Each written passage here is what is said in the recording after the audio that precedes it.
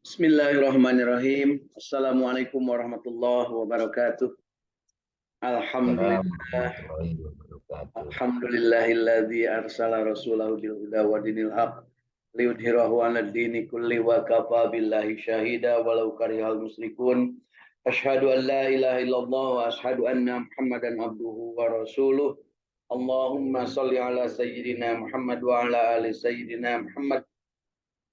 Kama shallaita ala sayyidina Ibrahim wa ala ali sayyidina Ibrahim wa barik ala sayyidina Muhammad wa ala ali sayyidina Muhammad kama barakta ala sayyidina Ibrahim wa ala ali sayyidina Ibrahim fil alamin innaka Hamidum Majid.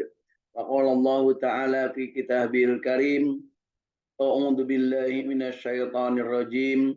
Bismillahirrahmanirrahim. Subhanalladzi asra bi 'abdihi lailam minal masjidil harami ilal masjidil aqsal ladzi barakna haulahu linuriyahu min ayatina innahu huwas samiul basyir. Syaraqallahul azim. Alhamdulillah, pagi hari ini kita dalam keadaan hidup, berbahagia, insyaallah istiqamah untuk senantiasa berjamaah membaca Al-Quran lewat jalur internet online, lewat media atau aplikasi Zoom. Hari ini yang sudah hadir dari Bandung, Kang Ahmad Widyadi bersama keluarga. Assalamualaikum Kang. Kemudian Teh Eis Yulianti dari Bandung juga bersama keluarga. Yang lain sementara masih menunggu, kelihatannya networknya masih kesulitan. Alhamdulillah, hari ini kita masih berada di bulan Rajab, bulan haram yang di dalamnya umat Islam memahami sebagai bulan yang penuh dengan kisah-kisah heroik, kisah-kisah nyata, kisah-kisah yang menjadikan Nabi kita Nabi Muhammad SAW dibenci, bahkan tidak disukai oleh orang-orang kafirin Quraisy dan orang-orang yang kafir lainnya, baik Yahudi ataupun Nasrani. Karena ada sebuah peristiwa yang namanya peristiwa Isra wal Mi'raj. Peristiwa Isra wal Mi'raj, insya Allah. Hari ini kita akan bincang ya tentang peristiwa Isra wal Mi'raj tersebut, di mana saya tadi mengawali dengan membuka dengan satu ayat surat Bani Israel atau surat Al-Isra, dimulai dari ayat yang pertama tentang bahwa Allah yang Maha Suci telah memperjalankan seseorang hambanya, dalam hal ini adalah Nabi Muhammad SAW, dari satu tempat ke tempat lain, dari Masjidil Haram ke Masjidil Aqsa di Palestina saat ini. Kemudian sebelum sampai di Masjidil Aqsa, tentu saja Rasulullah SAW oleh malaikat Jibril dibimbing sesuai dengan petunjuk Allah Subhanahu wa Ta'ala untuk berhenti di beberapa lokasi untuk diperlihatkan tanda-tanda kekuasaan Allah Subhanahu wa Ta'ala di negeri yang penuh dengan keberkahan antara Masjidil Haram di Mekah dengan Masjidil Aqsa di Palestina. Ketika Rasulullah SAW berisra tersebut dibarengi atau didampingi oleh malaikat Jibril dan menggunakan kendaraan yang namanya buraq. Kemudian juga kita mengenal juga menurut salah satu hadisnya dibarengi juga dengan malaikat Mikail. Kemudian ketika melaksanakan Isra tersebut berangkatnya di waktu malam. Di waktu malam ketika Rasulullah SAW sedang berada di halaman Ka'bah, di halaman Baitullah. Kemudian Rasulullah SAW naik buraq, dibimbing oleh malaikat Jibril dibarengi malaikat Mikail, kemudian terbanglah dengan menggunakan kendaraan tersebut dan pertama kali berhenti di rest area pertama atau di tempat pemberian pertama yang saat ini kita kenal dengan nama kotanya Madinah. Rasulullah terbang bersama malaikat Jibril dan juga malaikat Mikail turun di Madinah. Oleh malaikat Jibril diperintahkan untuk sholat 2 rakaat dan beliau bertanya, apakah ini Jibril? Nah, oleh malaikat Jibril diberitahu bahwa ini namanya Yathrib, kota yang kelak engkau akan hijrah ke tempat ini karena engkau akan diusir oleh orang-orang kafirin Quraisy. Jadi sampai dengan di titik ini Rasulullah tahu bahwa masa depannya itu kelak akan beliau hijrah ke kota Madinah. Berikutnya beliau naik lagi dan kemudian beliau berhenti di satu tempat yang namanya Baitul Muqaddas. Ya, yang mohon maaf di Muqaddas Situa, mohon maaf salah. Di daerah Gunung Sinai atau Bukit Tur Sina, Gunung Tur Sina, yaitu tempat Nabi Musa alaihissalam menerima wahyu dan beliau berjuang di situ untuk memberikan pencerahan kepada kaumnya dan membebaskan Bani Israel dari cengkraman Firaun. Nah, itu adalah masa lalu. Artinya kalau ke Madinah di rest area pertama yang diperlihatkan adalah masa depan. Sedangkan di rest area yang kedua yang namanya Gunung Sinai atau Bukit Tur Sina itu tentang masa lalu kaitan dengan Nabi Allah Musa alaihissalam dan kaum Bani Israel. Kemudian beliau naik lagi dan kemudian beliau singgah atau mampir di rest area yang ketiga, yaitu yang namanya Baitul Lahmin atau Bethlehem menurut orang-orang Nasrani, yaitu tempat dilahirkannya Nabi Isa alaihissalam. Nah, tentang Nabi Isa ini kita paham bahwa Nabi Isa hidupnya di masa lalu, tapi Nabi Isa juga akan menjadi penolong umat Kanjeng Nabi Muhammad SAW di masa depan. Jadi kalau tentang Madinah itu tentang masa depan, di rest area pertama tentang Tursina atau di Gunung Sinai. Ketika singgah itu di rest area di Gunung Sinai itu cerita tentang masa lalu, dan ketika di Baitul Lahmin atau Bethlehem tentang masa lalu dan juga masa depan di Bethlehem, tempat lahir Nabi Isa alaihissalam. Kemudian beliau terbang lagi menggunakan buruk, kemudian sampailah di yang namanya Baitul Maqdis atau Masjidil Aqsa. Nah, tentang Masjidil Aqsa adalah tentang masa lalu, juga tentang masa depan, dan tentang dunia berikutnya, alias bukan tentang alam berikutnya. Kenapa tentang alam berikutnya? Karena di Masjidil Aqsa ini Rasulullah SAW mengenang bagaimana yang namanya para nabi dan rasul yang konon kabarnya berjumlah 240.000 orang hadir semua di situ. Kemudian Rasulullah menjadi imam sholat di situ. Kemudian kita juga paham bahwa Masjidil Aqsa itu akan menjadi rebutan dari manusia-manusia dan akan terus-terusan terjadi akan sampai dengan hari ini. Jadi percekcokan terus tentang Masjidil Aqsa ini. Karena 3 agama yang merasa mereka mengklaim memiliki hak untuk mendapatkan Masjidil Aqsa. Kemudian berikutnya adalah tentang masa depan. Disebut masa depan karena apa? Karena dihadirkan para nabi, para malaikat itu, ya para nabi dan rasul itu kemudian menjadi imam. Artinya apa?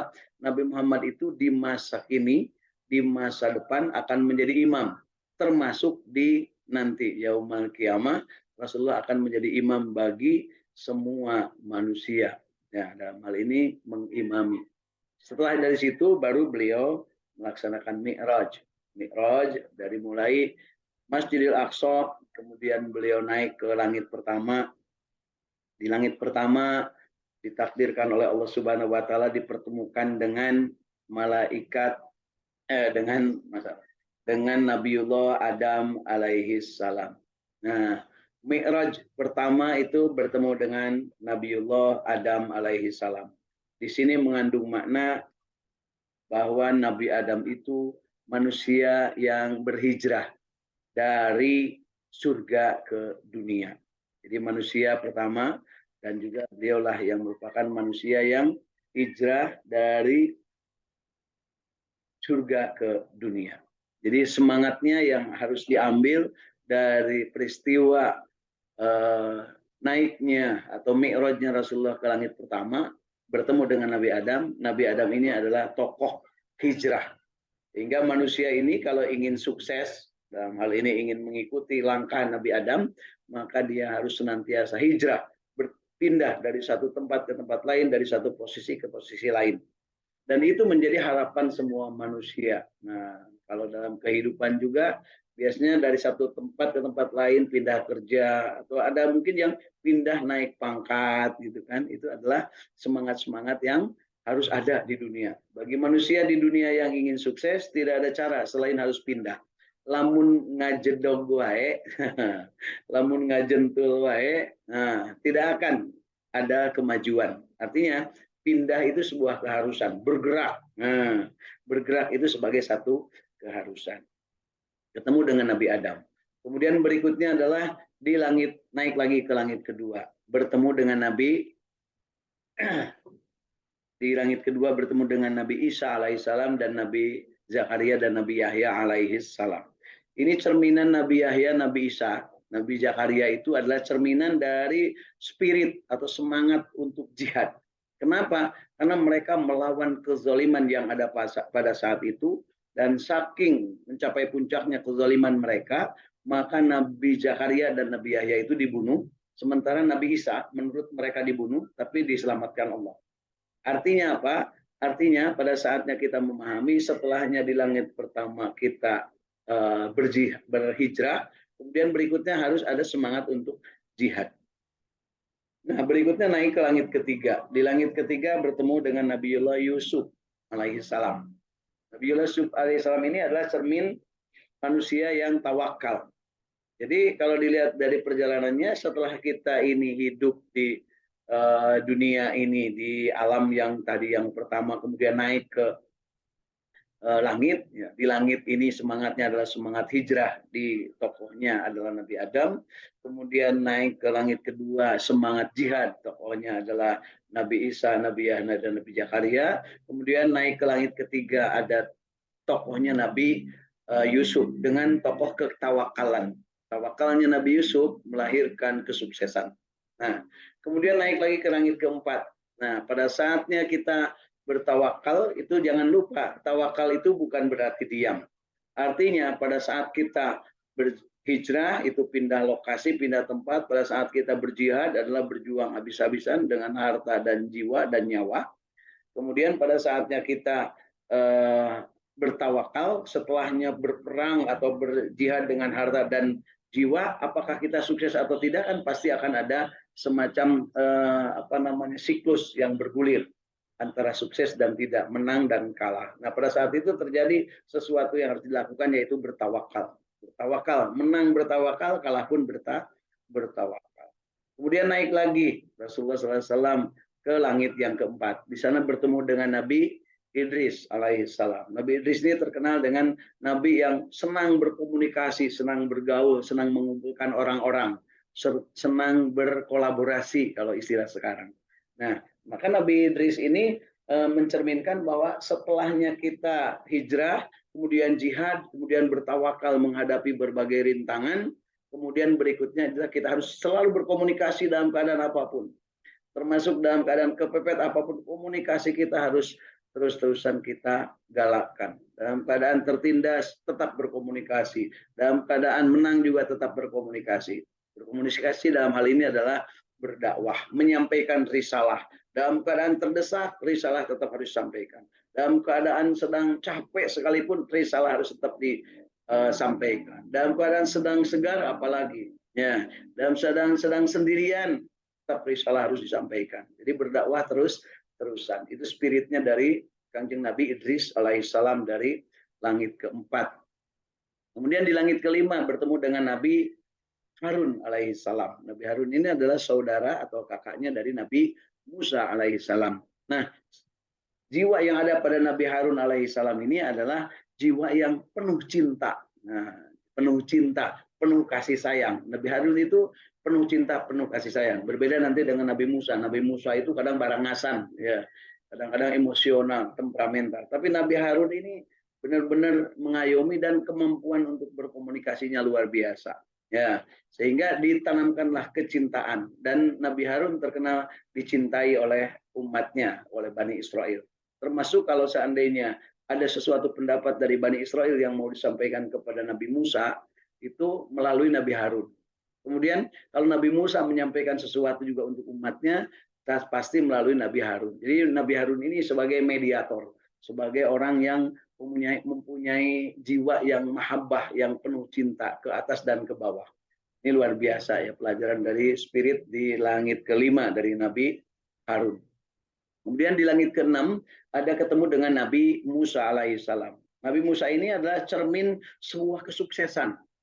Sebuah kesuksesan yang sebelum Kanjeng Nabi Muhammad SAW diutus, maka Nabi Musa lah yang dianggap oleh para manusia saat itu yang namanya Bani Israel sebagai manusia terhebat, yang tidak akan pernah ada manusia yang lebih hebat dari Musa. Itu pengakuan mereka, dan bahkan sampai dengan saat ini mereka itu tetap ya, namanya Bani Israel itu yang tidak berimannya tidak akan mengakui Nabi Muhammad SAW sebagai manusia yang lebih dari Nabi Musa. Karena menurut mereka Musa adalah hebat, bisa membuat tongkat jadi ular, bisa membelah lautan, bisa mendatangkan makanan, membantu kesulitan, bisa juga menjadikan punya 12 mata air ya dengan tongkatnya. Artinya apa? Mereka benar-benar mengkultuskan Musa. Tapi lupa pada saat mengkultuskan Musa, padahal Musa sudah menyampaikan, jangan kultuskan aku, tapi minta pertolonganlah kepada Allah Subhanahu wa Ta'ala. Nah, dalam hal ini Nabi Musa merasa bahwa beliau itu gagal menyampaikan pesan bahwa mereka itu harus beribadah hanya kepada Allah. Buktinya apa?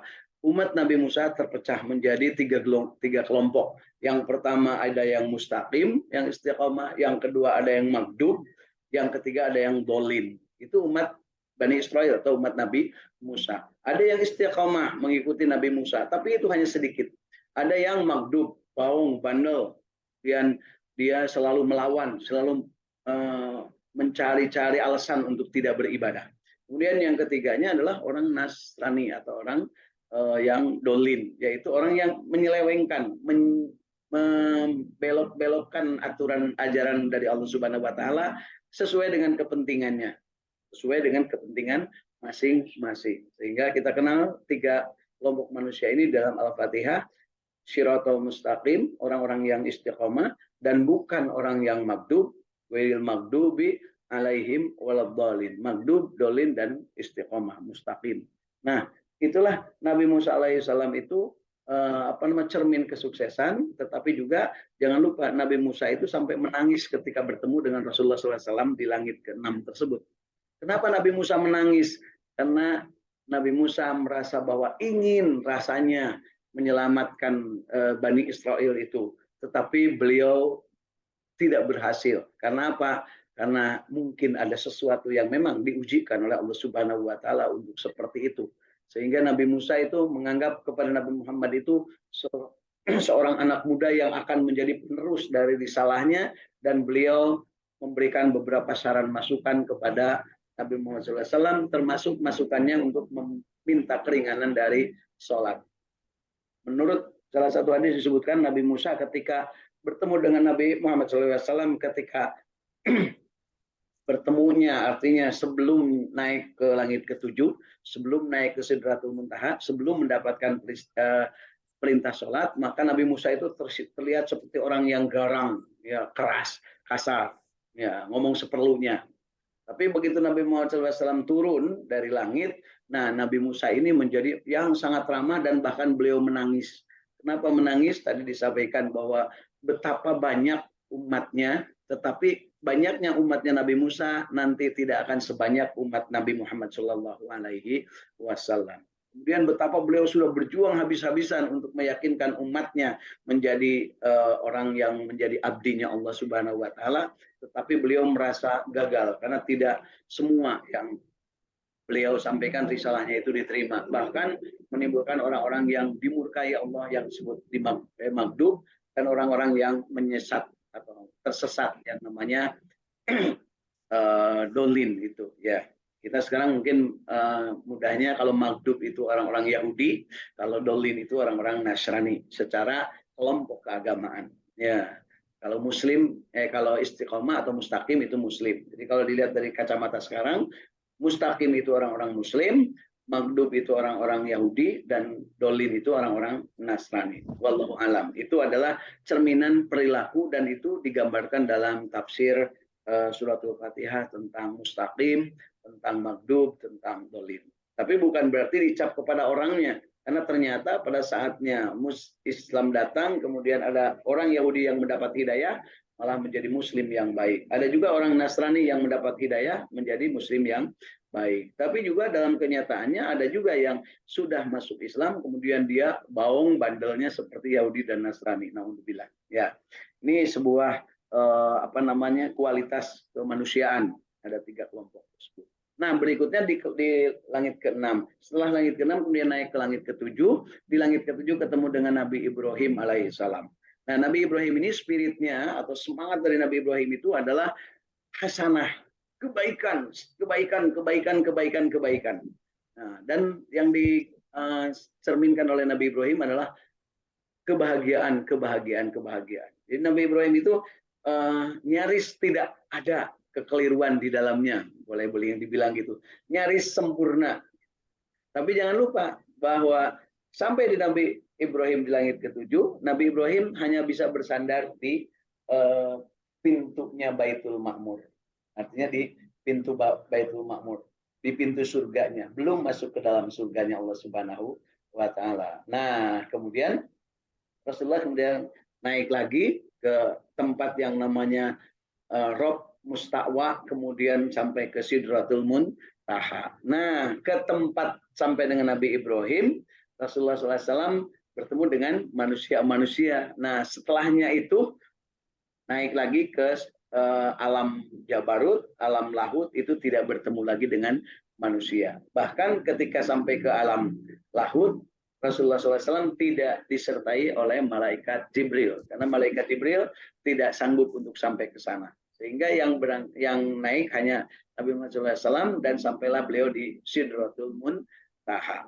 Nah, disitulah beliau bertemu dengan Allah Subhanahu wa taala, dalam artian bukan bertemu Allah tinggalnya di sana, tetapi mencapai sebuah derajat paling tinggi dari kemanusiaan, dan di situ Allah Subhanahu wa taala ada yang namanya arsy-nya Allah. Ya, arsy-nya Allah yang merupakan tempat yang tidak pernah dijangkau oleh makhluk yang lain, dan hanya Kanjeng Nabi Muhammad yang sampai di situ. Dan ketika sampai di situ kita kenal ungkapan beliau, apa yang biasa kita baca ketika kita melaksanakan tasyahud. At-tahiyyatul mubarakatus sholawatut thayyibatul lillah. Nah, kemudian sampai di situ beliau diperintahkan untuk melaksanakan sholat 5 waktu. Ya, sholat wajib 5 waktu. Kemudian beliau mendengar di sebelah kanan ada lauh mahfud, tempat ditulisnya kitab, ya, kitab-kitab firman-firman Allah dengan penanya. Kemudian di situ beliau melihat ada yang namanya Jannatul Ma'wa, ya, surga Jannatul Ma'wa. Kemudian beliau juga melihat di situ ada yang namanya Baitul Ma'mur. Di Baitul Ma'mur itu setiap hari 70.000 malaikat masuk, dan mereka tidak kembali lagi ke langit dunia. Ya, jadi artinya masuk tapi tidak kembali lagi, dan yang mereka ucapkan di situ adalah bertawaf sambil mengucapkan kalimat thayyibah, subhanallah, walhamdulillah, wala ilaha illallah, wallahu akbar. Berikutnya Rasulullah SAW kemudian turun, begitu turun sampai ke langit ke-7, kemudian turun ke langit ke-6. Di langit ke-6, Nabi Musa bertemu lagi dengan Rasulullah dalam keadaan yang sangat marahmai, dareh-deh sambil nangis. Muhammad, engkau hebat, engkau luar biasa. Memuji kepada Nabi Muhammad. Apa yang engkau dapatkan dari Allah? Nah, ini Bapak Ibu, Rasulullah menceritakan bahwa mendapatkan perintah untuk sholat 50 waktu. Kemudian Nabi Musa memohon kepada Nabi Muhammad untuk mohon kepada Allah, berdoalah untuk dikurangi. Ya, akhirnya konon balik lagi, turun, balik lagi, turun, balik. Tiap turun dikurangi 5. Jadi naik sekali kemudian turun. Gimana Muhammad? Ya sudah dikurangi 5. Jadi berapa? Jadi 45. Jangan Muhammad minta lagi kepada Allah. Umatmu nggak bakal sanggup, sedangkan umatku aja yang gede-gede bawong disuruh sholatnya gitu ya. Nah, kemudian umat Kangjeng Nabi naik lagi, terus turun lagi dikurangi jadi 40, turun lagi dikurangi jadi 35, naik lagi turun lagi, terus sampai 9 kali turun naik. Konon kabarnya begitu, menurut salah satu hadis atau riwayat. Akhirnya apa? Sampai dengan 5 waktu. Nah, begitu sampai 5 waktu, maka Nabi Musa tetap, Muhammad minta lagi kepada Allah, kurangi lagi umatmu, nggak bakal sanggup, mereka pasti malas melaksanakan 5 waktu. Akhirnya Rasulullah bilang, malu aku karena Allah sudah menegaskan, Muhammad meskipun umatmu melaksanakan 5 waktu sehari semalam, tapi pahalanya sama dengan umat Nabi Musa yang mengerjakannya 50 waktu sehari semalam. Nah, disitulah Nabi Musa alaihissalam menangis dan merasa bahwa dia membangun umatnya atau membina umatnya itu luput karena umatnya ternyata banyak berbuat dosa. Ya, 50 kali sholatnya maka nilainya sama dengan 5 kali sholatnya umat Kangjeng Nabi Muhammad Shallallahu Alaihi Wasallam. Nah itulah sekilas kisahnya. Kemudian turunlah Kangjeng Nabi Muhammad Shallallahu Alaihi Wasallam, turun lagi ke langit 5, 4, 3, 2, 1, kemudian turun lagi, naik lagi tangga, kemudian turun lagi di Masjidil Aqsa, sampai di Masjidil Aqsa kemudian naik lagi buruk, kemudian langsung kembali ke Mekah. Besoknya beliau menceritakan kepada para sahabat di Mekah, dan para sahabat bertanya, ya Rasulullah, enak sekali engkau sampai ke langit 1, 2, 3, 4, 5, 6, 7, kemudian ke Sidratul Muntaha dan mendapat perintah dan bertemu dengan Allah Subhanahu wa Ta'ala. Kemudian para sahabat bertanya, ya Rasulullah, engkau demikian enak, bagaimana dengan kami? Nah, kan gitu ya. Nah, biasanya kan kalau ada yang enak, ada yang baik, kita itu suka iri. Bagaimana bisa dapat? Aku bisa enggak? Nah, ternyata Rasulullah menjawab, dan jawaban itu tertuang dalam hadis yang disebutkan bahwa as-salatu mi'rajul mu'minin. Ya, sholat itu adalah mi'rajnya kaum mukminin, orang beriman. Jadi kalau orang beriman itu mau bertemu dengan Allah, maka sholat. Kalau orang beriman itu mau ke langit 1, 2, 3, 4, 5, 6, 7 dan sampai Sidratul Muntaha dan sampai ke Baitul Ma'mur, maka silakan sholat.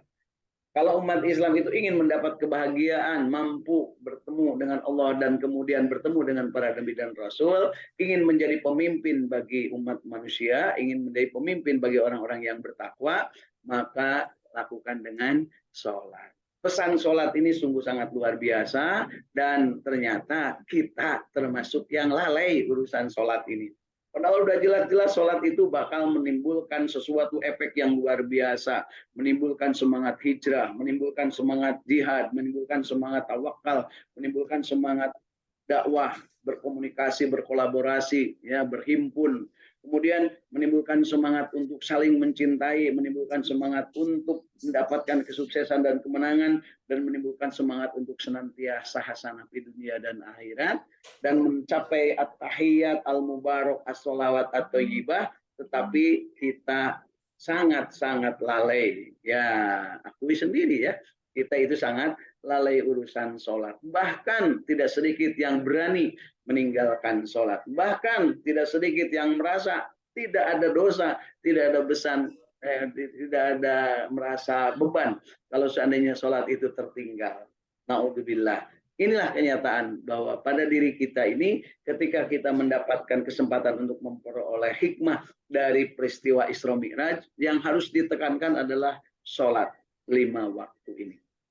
Kenapa demikian? Ya itulah pesan Isra Mi'raj yang paling utama. Sholat. Di dalamnya ada semangat hijrah, di dalamnya ada semangat jihad, di dalamnya ada semangat tawakal, di dalamnya ada semangat dakwah, di dalamnya ada semangat bermahabbah, di dalamnya ada semangat untuk meraih kemenangan dan kesuksesan, di dalamnya ada semangat untuk meraih kebahagiaan. Kurang apa lagi oleh Allah Subhanahu wa Ta'ala diberikan kepada umat muslim ini, kepada orang beriman ini, senjata untuk meraih segalanya di dunia dan sukses segalanya di akhirat. Itulah dengan sholat.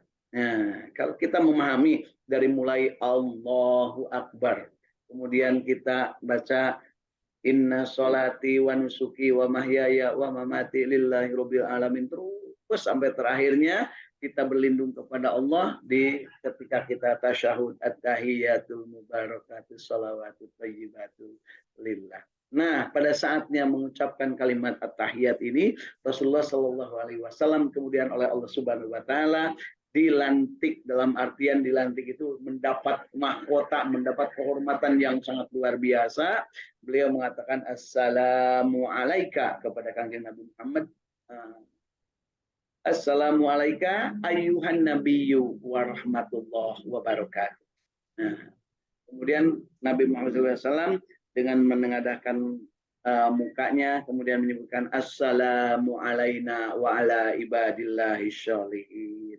Kata Allah, engkaulah Muhammad, nabiku, dan juga assalamualaikum ayuhan nabi warahmatullahi wabarakatuh, dan mendapat rahmat. Tapi kanjeng Nabi tidak sombong. Justru beliau mengatakan, bukan hanya aku ya Allah, assalamu alaina. Keselamatan juga bagi orang-orang yang melaksanakan ibadah dengan soleh. Mudah-mudahan termasuk kita yang disebut assalamu alaina oleh kanjeng Nabi Muhammad Shallallahu Alaihi Wasallam. Dari itu kita raih semangat untuk mendapatkan spirit-spirit atau mungkin mendapatkan gairah-gairah dari peristiwa Isra Mi'raj ini untuk menjadikan diri kita ini berbahagia sebagaimana yang dicerminkan oleh kebahagiaan Nabi Ibrahim alaihissalam, di mana kebahagiaan yang diberikan oleh Nabi Ibrahim yang kepada Nabi Ibrahim itu dari mulai keberkahan umurnya, beliau panjang umur, tapi tidak sepanjang Nabi Adam dan Nabi Nuh. Kemudian Nabi Ibrahim juga punya keluarga yang bahagia, punya istri Sarah dan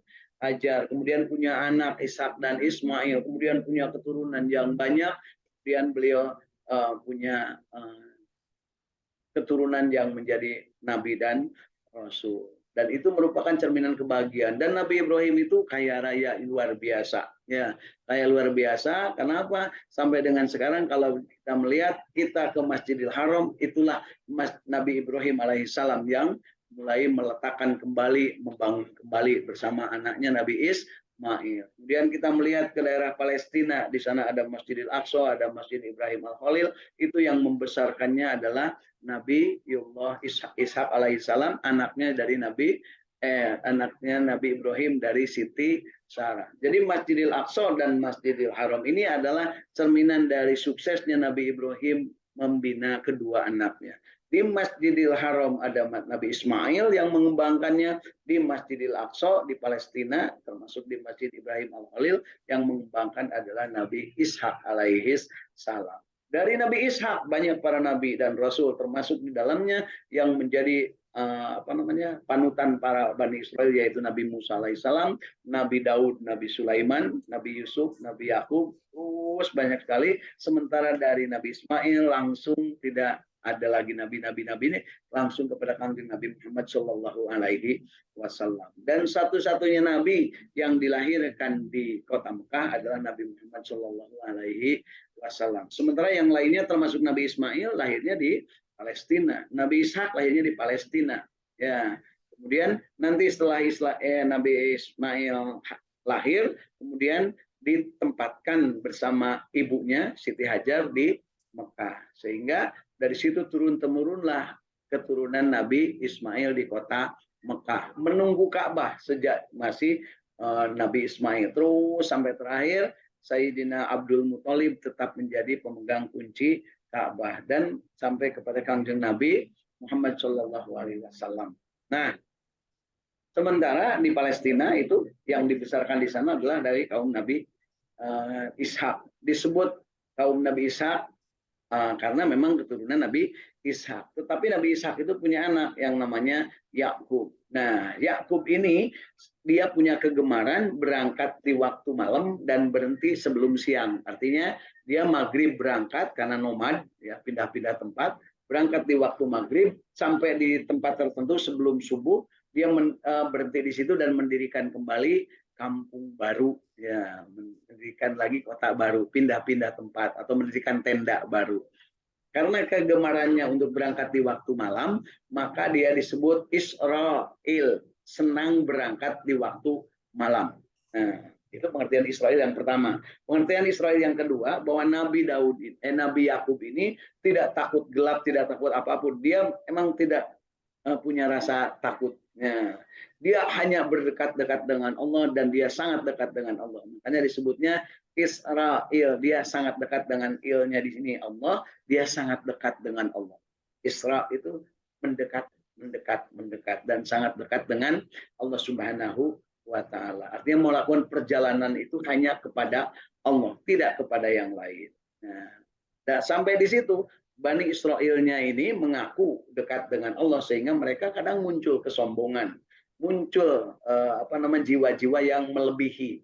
Padahal sebenarnya dekat dengan Allah bukan berarti bermanja-manja, bukan berarti harus segera sesuatu minta, tetapi Allah mewajibkan kepada kita untuk jihad, untuk hijrah, untuk tawakal, untuk dakwah, untuk mahabbah, kemudian untuk meraih kemenangan dan kesuksesan dengan berikhtiar, dan juga untuk meraih kebahagiaan dengan selalu mengolah apa yang menjadi potensi batin dari tiap orang. Itulah yang disebut dengan jiwa-jiwa yang istiqomah. Israilnya sendiri, Nabi Yakub istiqomah. Tapi anak keturunannya yang 12, yang istiqomah itu hanya tiga. Yang pertama adalah Yusuf, yang kedua Benyamin, dan yang ketiga adalah Levi. Nah, dari keturunan Yakub ini, melalui keturunan Yusuf dan Levi, turun-temurun, maka muncullah yang namanya Nabi Musa alaihis salam. Dari keturunan yang lainnya, dari anak-anak yang 12, diantara dari keturunan Levi juga, maka muncullah yang namanya Daud alaihissalam. Daud kemudian punya anak namanya Sulaiman alaihissalam. Terus turun-temurun, maka sampailah kepada Nabi Zakaria, Nabi Yahya, dan Nabi Isa alaihissalam. Stop sampai Nabi Isa, kemudian tidak ada lagi dari keturunan Bani Israel yang menjadi nabi, maka muncullah nabi yang dari keturunan Bani Ismail, namanya Nabi Muhammad Shallallahu Alaihi Wasallam. Nah, intinya bahwa ketika mendengar kisah tentang Isra Mi'raj ini, dari mulai apa yang dikisahkan tentang Nabi Ibrahimnya sampai dengan terakhir nanti Nabi Muhammad SAW, dan beliau menelusurinya, disitulah yang disebut linuriyahu min ayatin. Allah Subhanahu wa taala ingin memperlihatkan ayat-ayat atau tanda-tanda kuasanya di negeri-negeri yang penuh berkah antara Mekah dan Palestina, antara Masjidil Haram ke Masjidil Aqsa.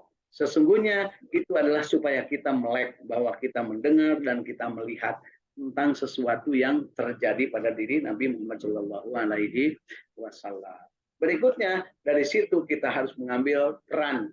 Peran apa? Kita harus berbahagia, kita harus istiqamah, dan kita harus selalu berjamaah. Karena apa? Semangat dalam hal Isra Mi'raj adalah semangat kebahagiaan, semangat untuk tetap istiqamah, dan semangat untuk tetap berjamaah. Dari mana kita bisa paham semangat bahagia, istiqomah, dan berjamaah? Dari Al-Quran yang dipraktikkan dan diterangkan oleh Rasulullah Nabi Muhammad Shallallahu Alaihi Wasallam. Nah, sampai di situ dulu. Nah, nanti kita lanjutkan dengan barangkali ada yang ingin dikonfirmasi, ditanyakan, atau mungkin ingin mendapatkan penjelasan atau tambahan dari Bapak Ibu yang ada di dunia maya sana internet ini. Maka silahkan nanti, karena ini 1 menit lagi akan off, nanti silahkan masuk lagi. Kita akan khusus bincang atau ngobrol tentang pemahaman kita tentang sholat, kaitan dengan Isra Mi'raj, kaitan dengan spirit dari berbagai kejadian, dari mulai diisrokannya dari Masjidil Haram ke Masjidil Aqsa, dan dimi'rajkannya dari langit 1, 2, 3, 4, 5, 6, 7 sampai dengan Sidratul Muntaha, yang mempunyai oleh-oleh berupa sholat sebagai kunci sukses dari keberhasilan dan kebahagiaan manusia. Demikian, silakan Kang Ahmad, Dewis, Hafiz, Teh Irin, kemudian Bu Hilda, silakan nanti berkolaborasi, silakan dibuka, dan nanti kita akan sama-sama untuk berinteraksi, saling memberikan informasi, berbagi, terutama kaitan-kaitan dengan kisah-kisah Isra Mi'raj.